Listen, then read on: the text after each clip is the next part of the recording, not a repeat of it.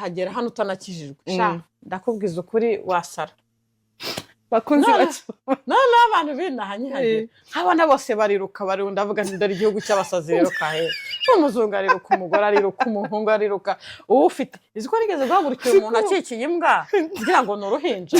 ndavuga nti Yesu naragerageje ko riva naragerageje